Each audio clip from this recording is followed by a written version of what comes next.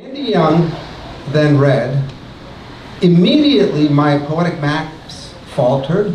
I was having location problems. Much of it was clearly in the testimonial mode, but light or reasonable. Much of it was clearly, her work was clearly in the testimony mode, light, but reasonable deployments of the eye." There was an amazing balance that Andy struck.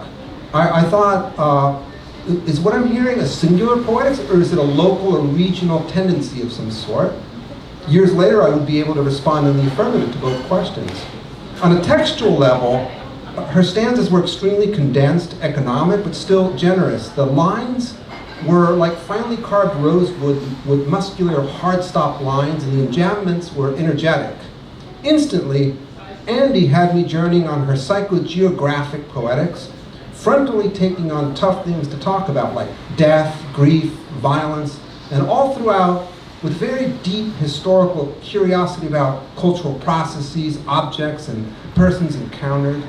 No matter what she touched, it seemed, became instantly something way more than what it seemed. The poems became memories, like actual memories.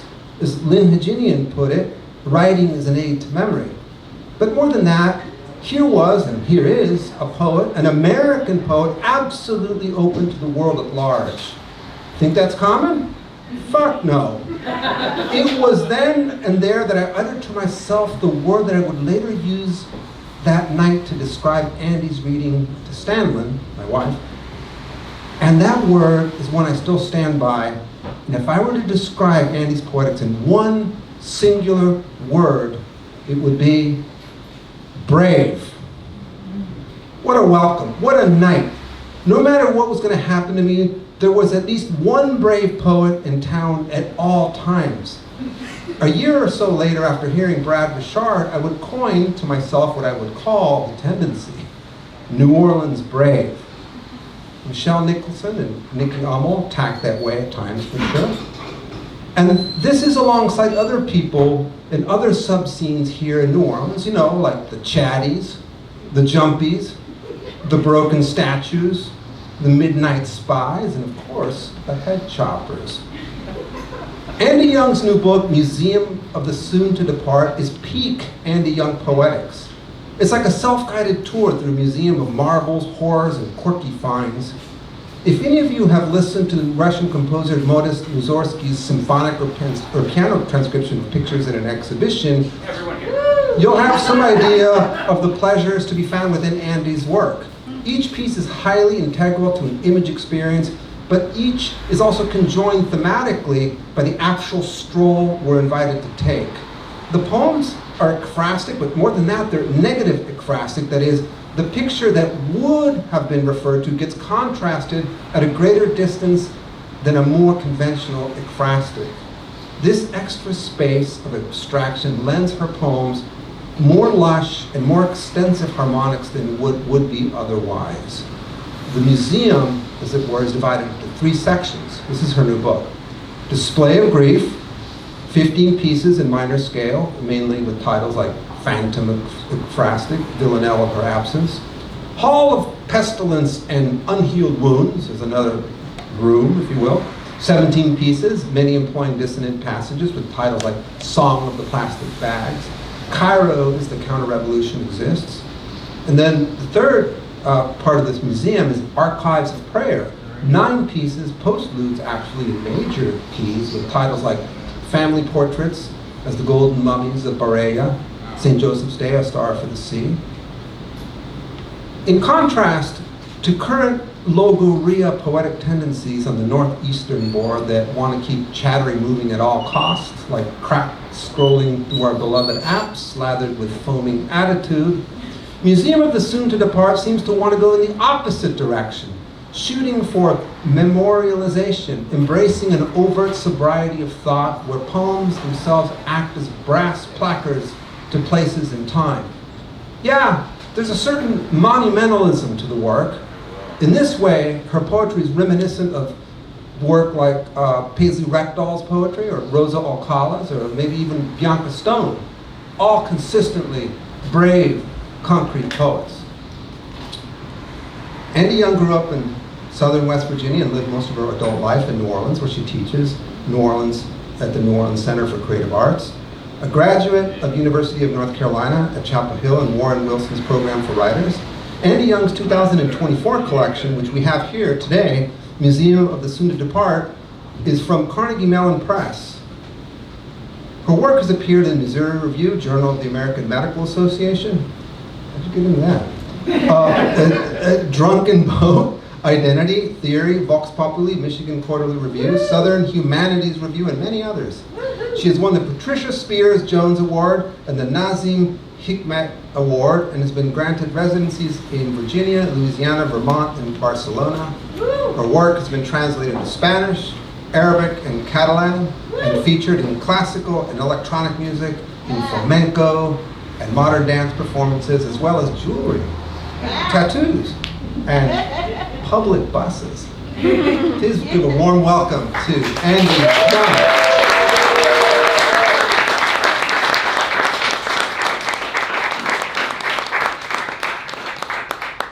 Thank you so much, Rodrigo. I'm not sure I can live up to that introduction, but I will try to be brave. And thank you everyone for coming. It's so nice to see friendly faces here and some faces I don't know. Glad you're here. I will be reading from Museum of the Soon to Depart, and I will also be reading from some other poems. I'm going to start with another poem. Lament for Gaza. Thumbing my screen, I unfurl the doom scroll. Hand shovel through rubble to find survivors. New zeros at the end of the death toll. A congressman says, just kill them all. Allah, the men gasp when a baby's found alive. Thumbing my screen, I unfurl the doom scroll. Billboards, bills, jobs, movies, every day's normal. As a girl's trapped in a car, her dead family inside. New zeros at the end of the death toll. Not a cipher, a girl in the bombed car who calls for help. Her name's Hind, her voice weak as she cries. I thumb my screen to unfurl her doom scroll, read the ambulance on its way to her bombed. 2 Red Crescent men who said, wait for us, died. New zeros at the end of the death toll. We watch billows of dust as buildings fall. Jaws hang slack as the slaughter streams live. Thumbing our screens, unfurling doom scrolls. New zeros at the end of the death toll.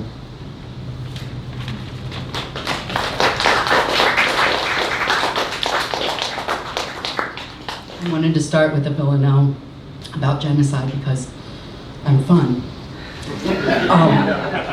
And because I don't want to lose track for myself at any moment of what's going on right now with our complete complicity and support. Yeah. And by our, I mean our country. I understand there are many of us who dissent. This next poem is based on a painting by Myrtle Van Dametz III. Yeah, some of you know Myrtle. She's not in the city anymore, but she's still with us. And here it is. Cash Upper.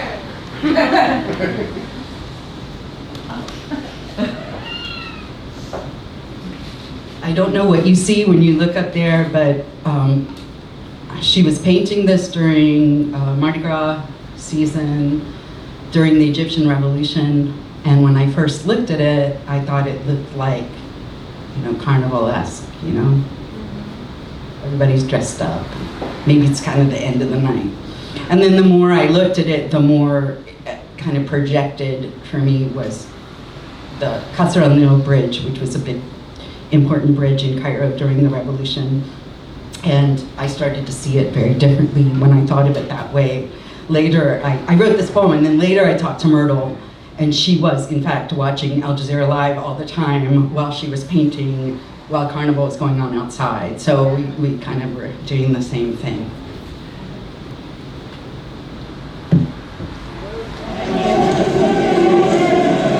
Night Walk. Beneath the cotton candy pink in the plume of a tire fire, one man's beard is peeling off. One looks like a clown, leans on a stick, shadow of another the color of fruit rot. A parade is coming. No, it's a crowd flushed back across the bridge. Pregnant woman, old man, limping child, a tall one whose skin's too tight, the bones poke through, obscene. Is there a hospital that will protect their names? What is the half-dressed woman doing by the rail? Jumping? Retching? One's nose is gone. Another's lost his whole face. Where is the body that arm belongs to? Does someone have water? Does someone have gauze? The sky black tatters, the moon an acrid smudge, smoke clots and red siren lights. A vinegar rag for the gas? A child holds a miniature horse by a flimsy rope. It's one of the four. Her horsemen were shot. There's a clearing over there, but it's above the river. You'd have to drown to get there.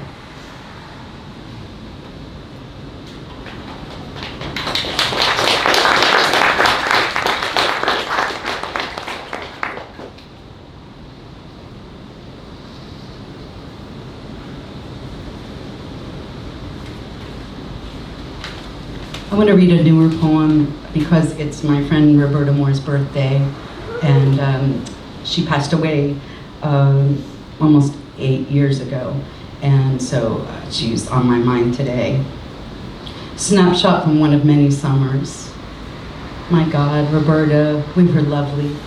How we shine from backlit shadow, all the green summer behind us.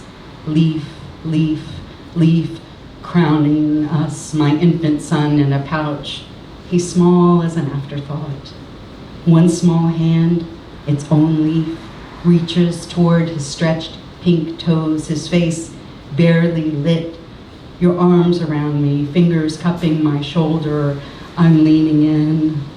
Roberta, you left before our copper hair turned white, before our kids were old enough to see what we were to each other. Green maple filters, green light lights your face, shadows veil your green eyes, but I know they pull there, depthless. Sun blasts the field behind us, the future stampedes, but our backs to it. Someone tell us, someone.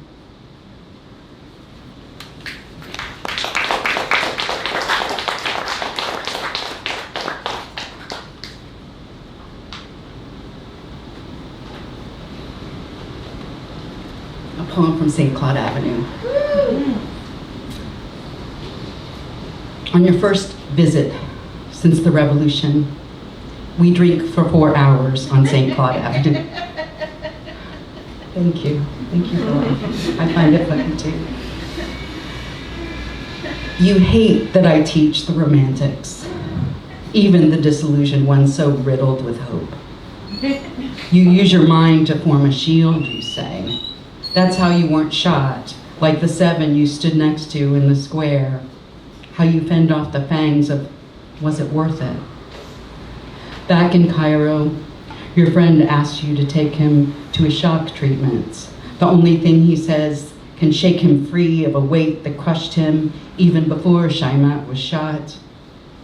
The bottle gets emptier. We taste the whole grape in our mouths. For a moment, you were not hopeless, more like a man flying from something that he dreads. And we talk of how you'll change your life. You'll cook and draw again. Drink less, smoke less. Try not to wish things worse so that people will rise up again. 2 bottles in and words swirl. Shock, shield, crush, dread, Thaura. I search your mouth, our words, for something to clutch. Riddled. There's a word, I say. Yes, you say. There's a word.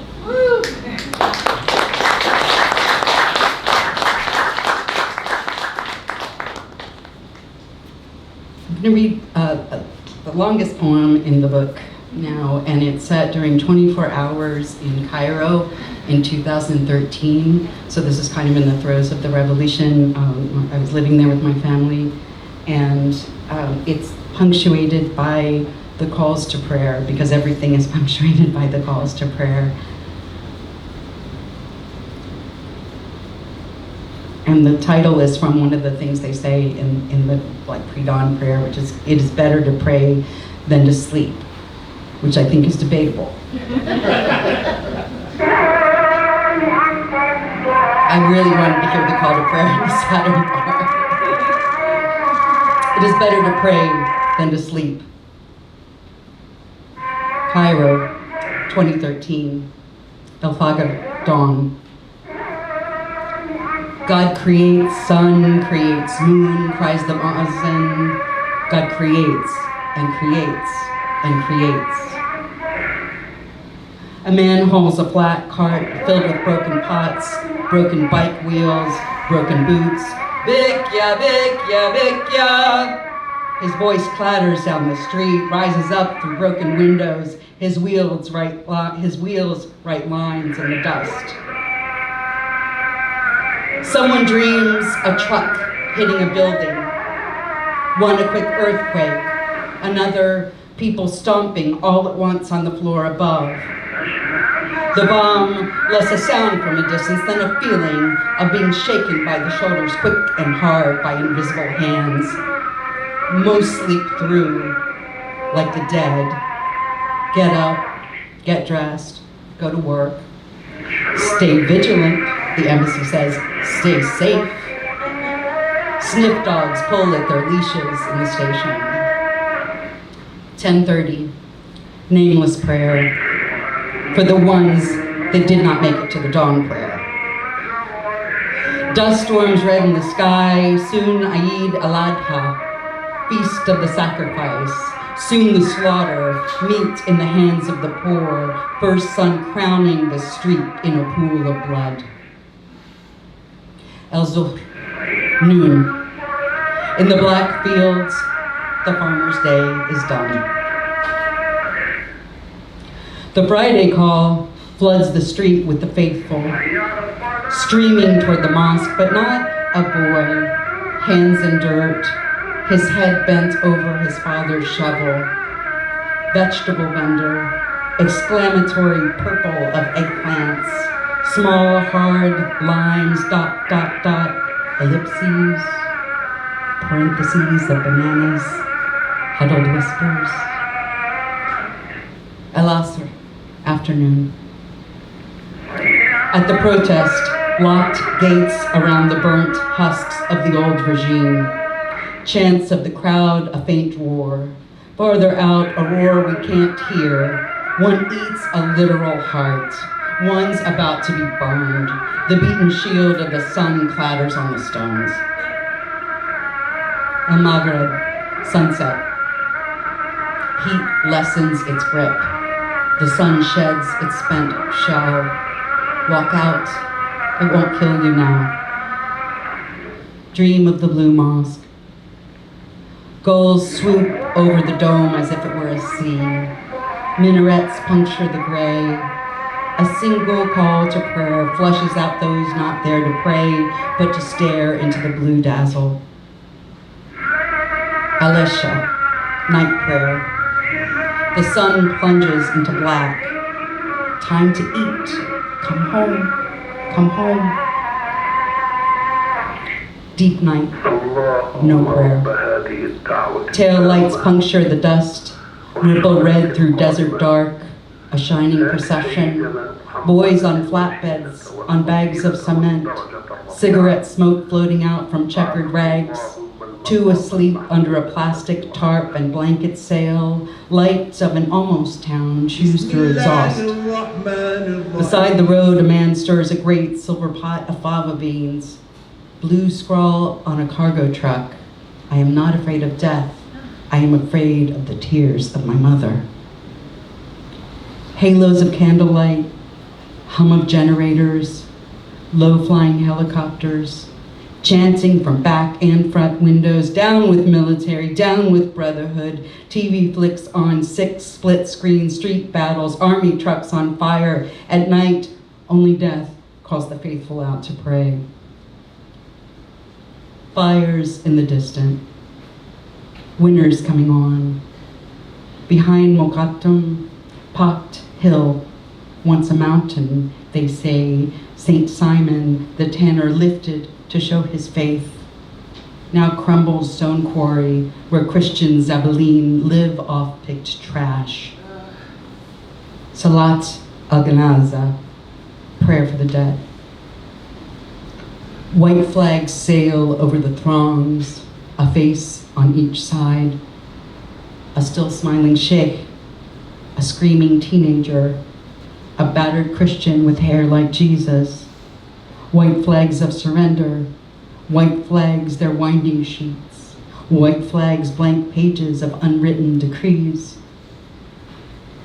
El Fajr, dawn. The Bikya man hauls his cart, crying out for broken things, a sliver of moon spiked to the top of the mosque.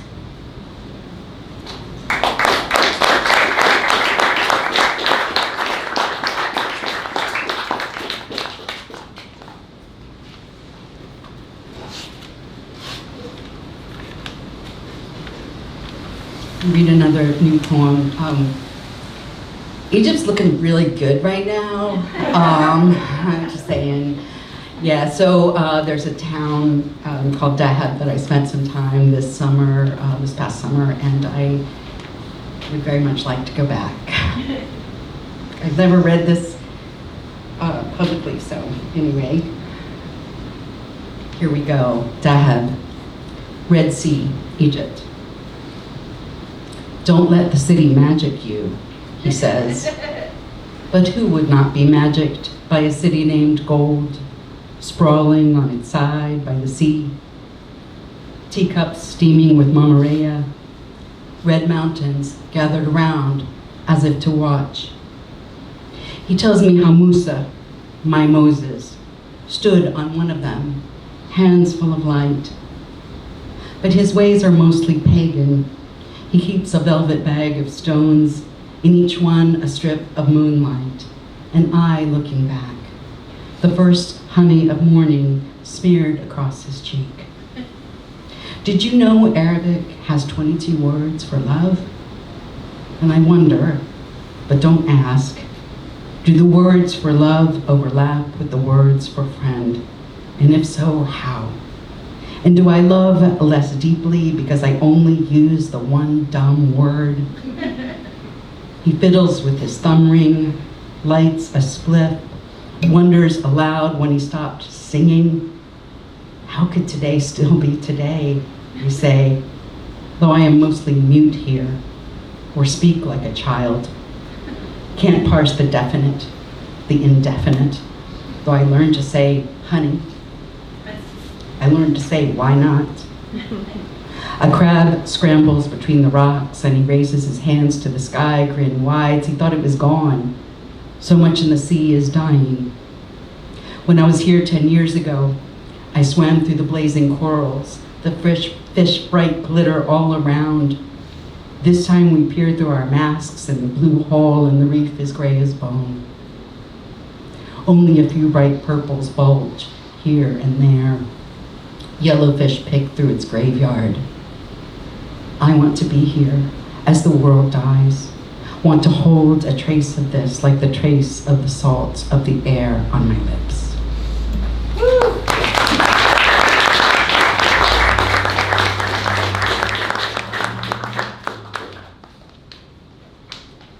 I'm gonna read one more poem, and it's about this guy. And I think the title will tell you everything you need to know about this guy. Oh, I want to invite you. I want to invite you to participate in this poem with me. So maybe there's someone in power, or will be in power, or a force that has control over other people, that harms people. that you would like to really like tell to fuck off, right? So I'm inviting you to raise your inner middle finger toward that entity. And at the end of this poem, I am going to physically raise my finger and invite you to do the same. Okay. On Syrian political cartoonist Ali Farzad's self-portrait drawn after his hands were broken. His lips dragged down, his gaze straight, revealing the sneer that might otherwise be taken as the sadness of Damascus, where he was left in a heap on the street. Praise the sneer, the wilting gaze. He ringed his left eye with ink to show the bruising, creased his face and pillow with lines jagged as stones, filled in the dip of his own neck, the tube and the crook of his arm, praised the exactitude, his hands mummy-wrapped, broken fingers halved by tape and gauze. Somehow he unbent the middle finger of the right hand, made it jut, praise the unbending above the others. From his body, in 2 dimensions, it points to the heart, praise the heart. Maybe the finger really didn't unbend.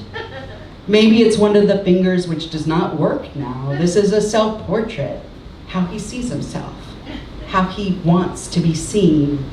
In any case, he perched a pen, praised the pen, managed to shade his hair black and gray, his burned beard, his posture, wincing against sheets, praised the sheets on which he rests, the sheets on which he draws himself, praised the ink, the printing presses, churning in hidden rooms, the smudges on hands after touching news, praised food stalls in occupied squares, praised concrete pilings that smash down walls, praised bandanas soaked in vinegar, praised Fridays of chanting and chanting again, knowing nothing will change anytime soon. Praise the cartoons of Ali Farzad.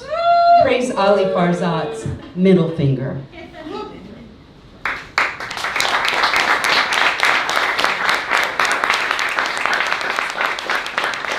Thank you.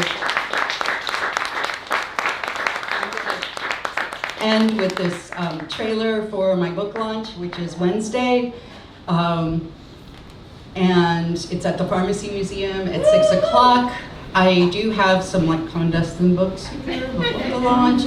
I also have some postcards to remind you of the time, but the great poet Carolyn Hembry, who is my life coach, advised me to pimp my launch. So I am officially ending this by pimping my launch. Thank you so much.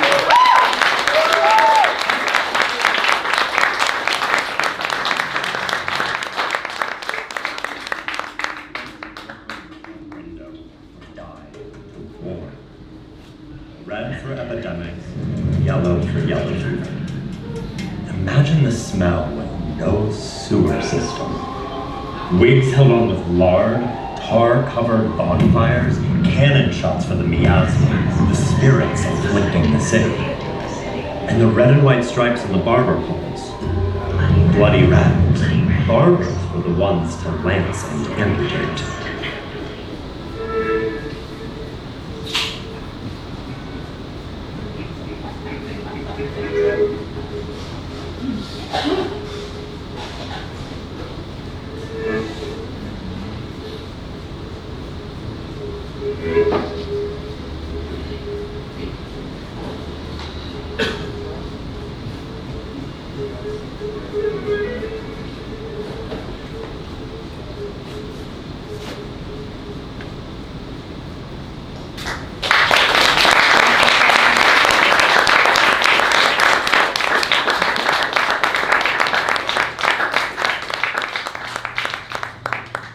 Keep it going for Andy Young. Yeah. Come out this coming week. It's going to be awesome. We're looking forward to it. Doing some amazing intermediate work with poetry. Next up, we have Gillian Conoley, who is a poet, editor, and translator, often comprising narrative, lyric, and fragmented forms. Her work takes up an inquiry into spirit and matter, the individual and the state. The author of 10 collections of poetry, including Notes from the Passenger, Nightboat Books, 2023. Connolly received the Shelley Memorial Award for the Poetry Society of America, a National Endowment of the Arts grant, and a Fund for Poetry Award. Connolly has taught at the University of Iowa's Writers' Workshop, the University of Denver, Vermont College, Tulane, Sonoma State University, and even University of New Orleans. A longtime resident of San Francisco Bay Area, she is the editor of Volt magazine, an amazing magazine. Her translations of 3 books of Henri Michaux, 1,000 Times Broken, appearing in English for the first time is with City Lights. Connolly has collaborated with installation artist Jenny Holzer, composer Jamie Leigh Sampson, and Butoh dancer Judith Kajuwara. As y'all may know, these introductions are a pleasure and a pressure of hosting Splice. This month, I had the absolute pleasure of taking an exquisite walk through the neighborhood of Gillian Conoley's 10 books of poetry. I marveled at the architecture and the archaeology it took to appreciate the field of production around each of her books. Briefly, I'd like to show you all around a little bit. Her first book, Some Gangster Pain, delves into the collisions between violence and intimacy within American landscapes, capturing moments of raw experience and identity's instability. It's a great title, too. Tall Stranger, the next one, oscillates restraint and intensity as the poems examine trauma, grief, and transformation through the linguistic verve of speakers who ain't afraid to slap a sour mouth. Beckon takes on a fluid, haunting quality, using magical realism and fragmentation to stretch psychic and physical distances. Lovers in the Used World reorients love and loss through disjunctive imagery and syntax, along with a cache of postmodernity's detritus. Profane Halo embraces the contradictions of the sacred and the profane, blurring the dichotomy of moral absolutes. The Plot Genie deconstructs and reshapes the formation of narrative through cinematic craftiness. It is unpredictably wild, and I love the ride. Peace carries a political urgency juxtaposing tranquility with societal unrest to explore the nuanced, often unresolved nature of peace. A Little More Red Sun on the Human, new and selected poems, are inclusive and polyphonic, merging the historical and contemporary to capture our collectivity. Connolly's translation of Henri Michaux' work, 1,000 Times Broken, reveals to us his poetics of fragmentation, surrealism, and his meditative engagement with the limits of expression.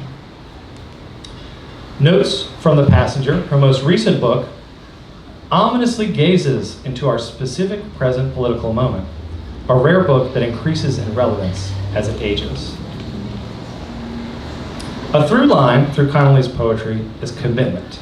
I would call it a commitment poetics. What does that mean for a poet? How can language, poetry, poetics be committed? To contextualize committed, I offered Baldwin's aphorism: to act is to be committed, and to be committed is to be in danger. In that, Baldwin examines the profound implications of social change, particularly the psychological and existential upheaval it can bring to those accustomed to dominance and stability. Being committed means willfully enacting a poetics of destabilization, uncertainty, and discomfort in order to dismantle familiar structures and identities.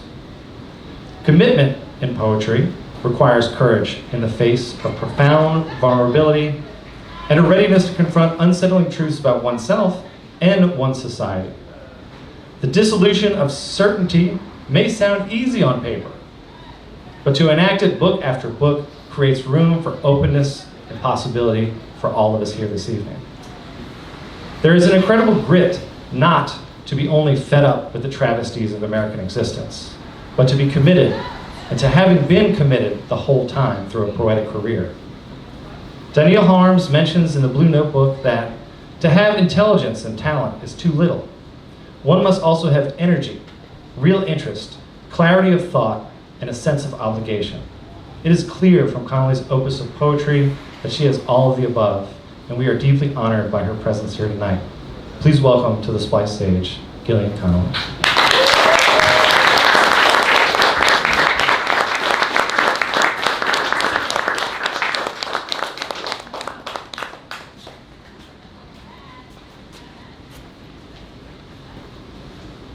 All it's just me. That's really nice. It takes a lot of work to write introductions like that. I really appreciate it. Andy, that was beautiful. It's really a pleasure to read with you. And it's just so good to be in New Orleans. I used to live here, 83 to 87. People who I cannot see in the corner were, I got married here in City Park, and they're all here, and you're all here, and you might have been there too, I don't know. Anyway, I'll read a little bit from, it's my most recent book. It's been, I think, yeah, by the end of May, it will have been out for 2 years, which is kind of hard for me to imagine, but that's true. And then I'm going to read some new work. So I think I'll probably just read 2 poems from the most recent book, Notes from the Passenger, which I wrote during the pandemic. Can y'all hear me okay? All right. And there are a lot of passengers in the book. There's a lot of dead. I wrote it during the pandemic. The dead are all around it. There's a lot of gunshot victims. The poem I'm going to read you is called White Spruce. If all experience is mystical, the white spruce swayed in the window, branch by branch, almost to the doorstop, willow-like, near your sun-damaged eyes. And what do dart's sinuous motions have to do with leaf's actions? I asked the young woman, I asked the grandmother, and the entire family crawling across the floor. And who is the young returnee who would carry his AK-47 past the 7-Eleven, almost to the corner and back, wanting chips, sometimes candy, a contemplative on duty, this wake, sleep, see, the planet and its lost parts lay plow to the furrow, dream a little dream with me.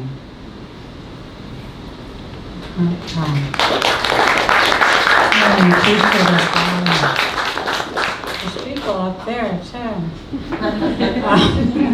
Okay, so the next poem is the title of it is How It Was No Longer Only the Country That Was Divided.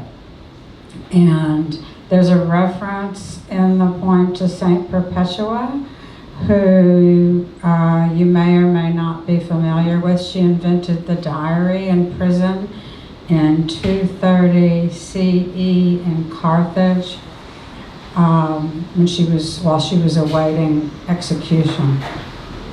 She was in that in-between stage of being a pagan turning into a Christian, and invented the diary. The poem is dedicated to my daughter. How it was no longer only the country that was divided. It was the order and their words, so that when someone said work, we lay down. So that when someone said art, memory was our insufficiency. We caught it in our hands, grievous sharp.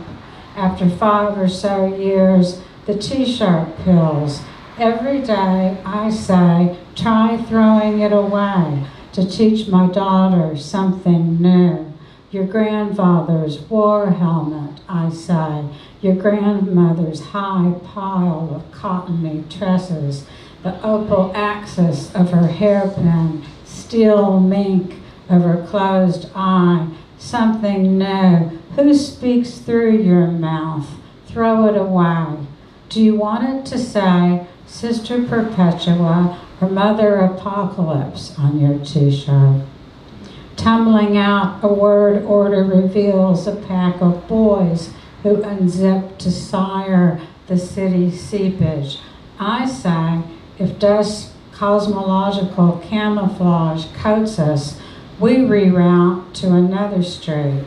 I mean, who knows? The house might not even be here.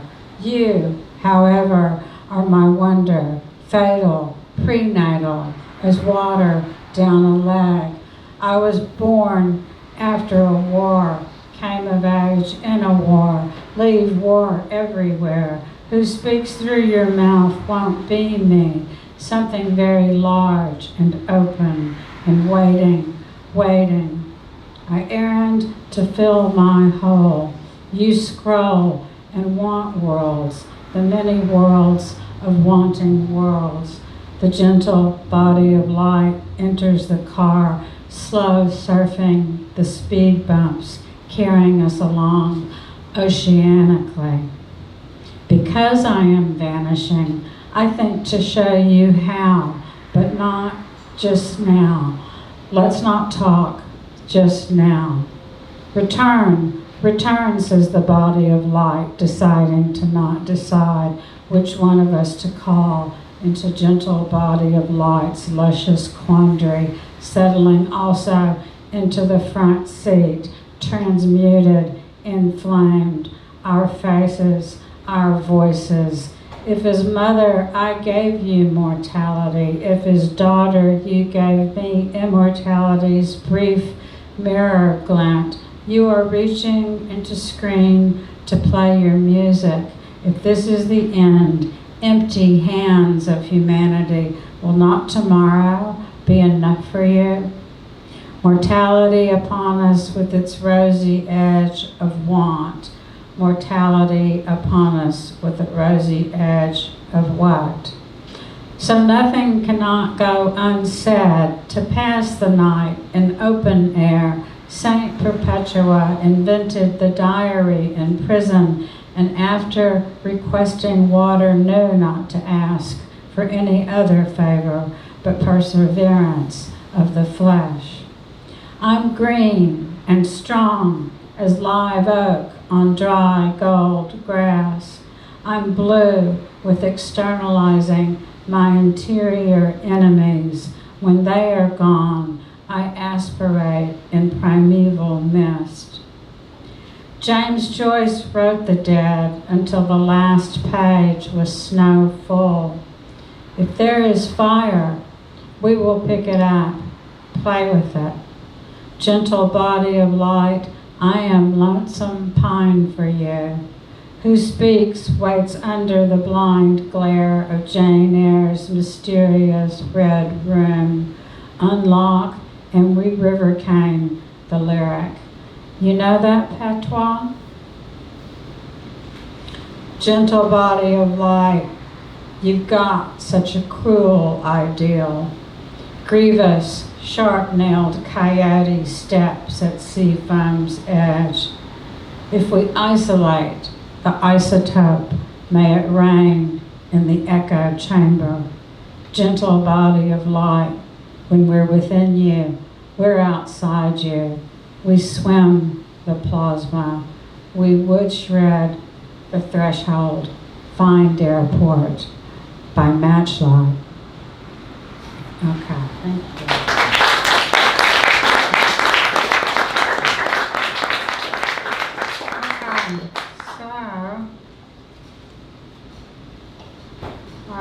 Now I'm going to read some new work from a new manuscript that doesn't have a title yet. I'm writing about war, and the first one is called Green Twilight. It's just the first one here. It's not like the book knows what it's doing. Winter is very hard on the besieged and the aggrieved. Few replacements are coming to restore our luxury. Much is boarded up. Everyone is exhausted from pointing at one another, one of the most dangerous limp weapons on the home front. Man is born free, but is everywhere in chains, said the side of the abandoned house through its imperceptible graffiti, said the beach rose thorn, said Rousseau, in beauty, in sincerity, propelling the age of enlightenment toward our darker individual barbarities. Meanwhile, scraping the floor, sweeping scraps of food, how many of us waited at the other side of the door when they pushed the others through? How much of our DNA remains at the shut door? How many cleaned for the already clean? Did you hear the bell? Another cardboard box thrown, shot in phone light on the porch. I am too clean to take deliveries. I am immoral filigree. I am cloud. I am herbaceous. I am nutritious. I still love the world. I love virility, femininity, and the gel over screen and perception. The hair gel that was pink and smelled jelly sweet. As a child, I covered my palms, lifted my hair with it all the way to my uppermost temples and inhaled. Because Rousseau thought women unequal, I still his twiggy, eager fingers within me. He stops. Going from oppressor to ally in thick time as white coconut ice cream one sucked as a child. Alley, walking the sewer pipes in the town, smelling the stink, knowing what you were, are, and excrete. Exception, inception, incision, in the sewer's damp down drift on the pissy concrete. One dead soul dates a living one. It's a passionate romance, an entwinement, a balance on toe. I love the feeling and hope of an incomplete sentence left floating on parting lips. The sky full, long-legged, reclining, escaping, smoking on a train car. And Nietzsche, insanity in individuals is something rare, but in groups, parties, nations, and epics, it is the rule. I remember a photograph of the woman who lay one orange rose on each body bag before it was loaded into a refrigerated truck. Two bodiless human spirits kiss in dew. I remember you. She, you, I, we, all of us dear apocryphal anarchists who wanted to unperson and undominate, who could not doubt a magnetism between beautiful beliefs and ugly facts. Like when I wanted to stuff the mother part of me under the stairs, but we had none, so I just kept on cleaning. Cadaver dogs, to wilderness is to dirty up and unspeak the unnameable. Hyssop, skyleaf, thistle, radioactive trigger cell and fingertip, a bit of the habitable. Or we could stay in, cook something. But she was tired of this scene.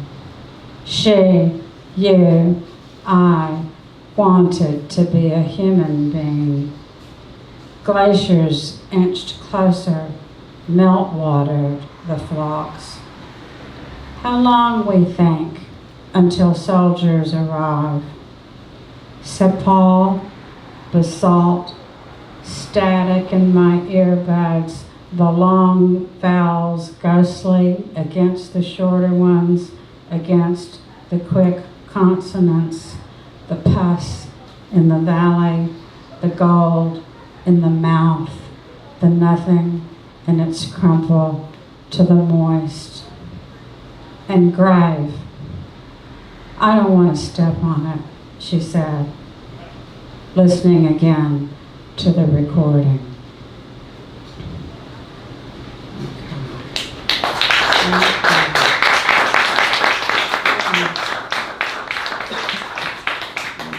So, Andy was talking a little bit about our complicity. And this next poem I'm going to read is called Hungry Ghost, and it's doing some of that work about how one deals with being complicit. My father was a World War II war hero, American war hero. He won a Silver Star at age 22. He was a Marine, and so he came back and did the whole war hero thing and fell silent, and then he became an anti-war activist. So he's in this poem, and the poem is titled Hungry Ghost, which probably a lot of you are familiar with that term, but if you're not, a hungry ghost, it comes out of the Buddhist tradition. A hungry ghost is someone who has died, but has done something so terrible in their lives that on their bardic journey, they don't get to leave the temporal plane, and they roam the earth in insatiable hunger. Nothing will ever appease them. And they're stuck with this grief. So, hungry ghost. My father's dress marine cap is sitting off-center on top the dead writers section of my bookshelves. What else to do with it? No recall taking it from the chest in the musty attic where the rest of his uniform lay folded. Truth is, no one has ever seen a hungry ghost. Only articles of clothing left behind are in the half lungwort, half bluebell blue, ochre, fawn brown, and lavender Buddhist watercolors of small mouths and large stomachs, scrawny necks, pearly corpuscles of infection, often a red flare of ink, an ashen cloud, when one was forced into such a position, made to open one's mouth so wide so the hungry ghost could enter one, roam, inhabit, Hector's body being dragged around the arena by Achilles. In my lover is dead grief, the dust stirred, coating Hector's corpse, more and more each lap around Achilles' insatiable grave. Some can leave hell, unlike other hell dwellers. Never run down another person's ghost path, or you will get too far ahead of your life. What's the matter? Did you not receive a proper burial? Never ask. When self and non-self trade shoes, it is a transmission, a transience in this world and off. Each goes down different streets, other lives, connections, infinities, symphonies of other voices in one's thorax, the sword, the pistol, the rifle, the small bottle of poison to take in case you were captured so as to not give up your nation's secrets. In every single century, we descended to our lowest. Eve curls her lashes as if now we can live in peace and with the birds. My dead father comes to sit sometimes, quiet and still, with his lurid, historical, violent paperbacks. His Winston 1/4 burned in one hand. His beautiful bare feet have now lengthened a bit and have become as straight as a yogi's. You hungry today? I'm not so hungry. I had a hamburger. And 1,000 Instagram likes. My father doesn't mind when I talk beyond his future. We both have been raised to act like we know what we are doing. All is illusion. The world is over and beginning and over. Eve slips down from the cypress as if she knows just exactly what she is going to do. Slit the stem of the hydrangea on one side only so as to best take the water in. I put on my father's marine cap, and due to my being a grown woman and he was just a boy of 22, the cap nearly fits, and I smell the silk lining of death under the sweat-stained yellow plastic covering the silk, and see in the folds of the cap's deepest interior the smaller, thick plastic sleeve attached, just big enough for a name tag. On paper, the Conley penciled in and sewn tight. Others wore this cap, though in the end it was his, ours, life to death, death to life. In the sweat of the butchers, I turned to face my father, soldier to soldier. The sofa is trench to the trenchant. Our communication has now leached into simple paternal scale. No psychic residue, semper fi, meant faithful, meant nobody will be shooting me. I will not be killing anybody. I will no more be seeing my friends die. Eve is in a sad mirth, her lashes in the malarial jungle smudged. This is usually when my father goes all zombie. My father is back into combat exhaustion. The corpses he dragged back, the corpses he created and stepped over. He is unable to respond to conversation with anyone, or to the one I am trying to have with him. He is back on his beautiful feet, walking back into the sea where I was spawned.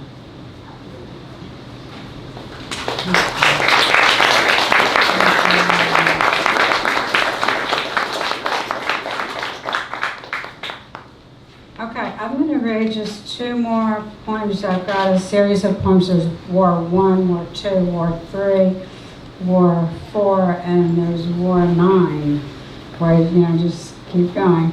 But I'll read just two of them, and that will close me out here. Okay.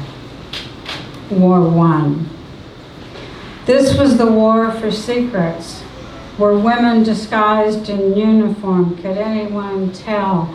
Infinity's androgyny meant antiphonal too. A call, a response, a soprano, a baritone. Horses wore gas masks. Camels carried the infirm. Mules trod. Elephants broke rubble with their trunks. Pigeons messaged. Cats ate rats. Canaries died or chirped back. Stubby was the dog who could salute. Fly swarms at Gully Beach, my fathers were once happy men. Boy childs posing in their swim trunks, back to back, clasping hands, spitting river water up out of their mouths like a public fountain, with force through their teeth for more height. The water dripped melon flow down the chin. The maps they folded, curled sight, furled time. To find a way to take the power to the next power, I slept beneath the pelt, typed the report. I was a daughter willing to speak in anyone's father lingo. Miscreants, brotherly cocks, ghost-colored cocks grown ashy in the fields, the muscled legs, arms strewn in the forest, the jungle, the beach. The disarray of death was in the dissolution of the uniform. I was the daughter, I had no definitive location, seeking honor in the crisp peaks of my nurse cap. I began to straighten in the corpse fields. I picked up escalation. I covered hallucination with dirt. I released Eden. Like the earth, I had tidal loyalties. Wherever I walked, the body parts, the pigment, the bending grasses, I knew I was a speck in the cosmos in every hour's dry, complicated hair. I'm going to close with This Is War 4. So quiet. Seems like everyone's just forgotten how to do it. In a mixture of rains, fog, torn pieces of wool, everyone's lost their fangs. Imagine it. Love thy neighbor. Love thy, don't get snatched up in metaphor. Pearls on a black dress, a green blouse, down the depressed trousers. How in love with you I am, stag, wolf. A primrose begun near volcanic inactivity. In the flatlands, a weapon, a lissome candelabra left on the bar floor. And mouthless, only hounds on earth left to answer when the world calls. Thank you so much for having me.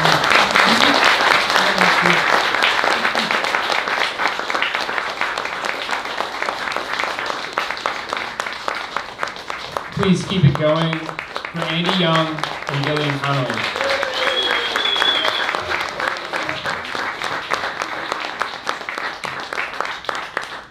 I've been tasked with closing remarks, which is fun, I guess.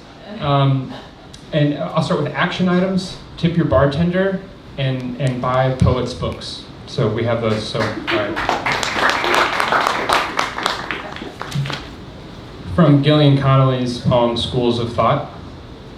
The future is a probe tied to its fear of stopped time or the half memory of a kind of cyber hell in which we fled the hedged passage.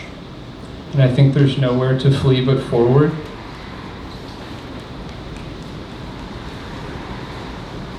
My residual thoughts here are unshaped, deflated, so here are fragments and splinters. I'm thinking of the word makeshift. Make, shift. It's raining today. Pathetic fallacy is the original fake news. The poet introducing the poem stumbled into the paradox, quote, "These are about fighting the violence," and then he laughed. 5 questions. What year is it? Who is the president? What is your name? Are you inside or outside? How do you know? That's modeled after what paramedics ask you after you've had a seizure. From Andy Young, the poem is called Grief During Carnival Season. Oh, never mind, the title's sufficient. Quote, "I'm not funny. What I am is brave." Lucille Ball. Added after your intro, by the way. I taught a clown act, and then I asked for feedback, and a student said, quote, "I didn't like it when they laughed at their own joke." "Was it a setup or a discovery?" I replied. Yannick Youth. Bogus phallus. The primary theory behind the impetus of laughter is incongruity, when things don't match down. Donald, derived from Scottish Gaelic roots, means ruler of the world or world leader. Donald, derived from Looney Tunes, means duck. From Andy Young's Grief During Carnival Season. I used to think I would die of sadness, but I have learned there is no such luck. Wake up, babe. New jackboot just dropped. Ecopoetics. Even the succotash is suffering. Sorry. Same day, different duck. Another Conoley breath fragment. For a change, it's poetry that neglects the capital.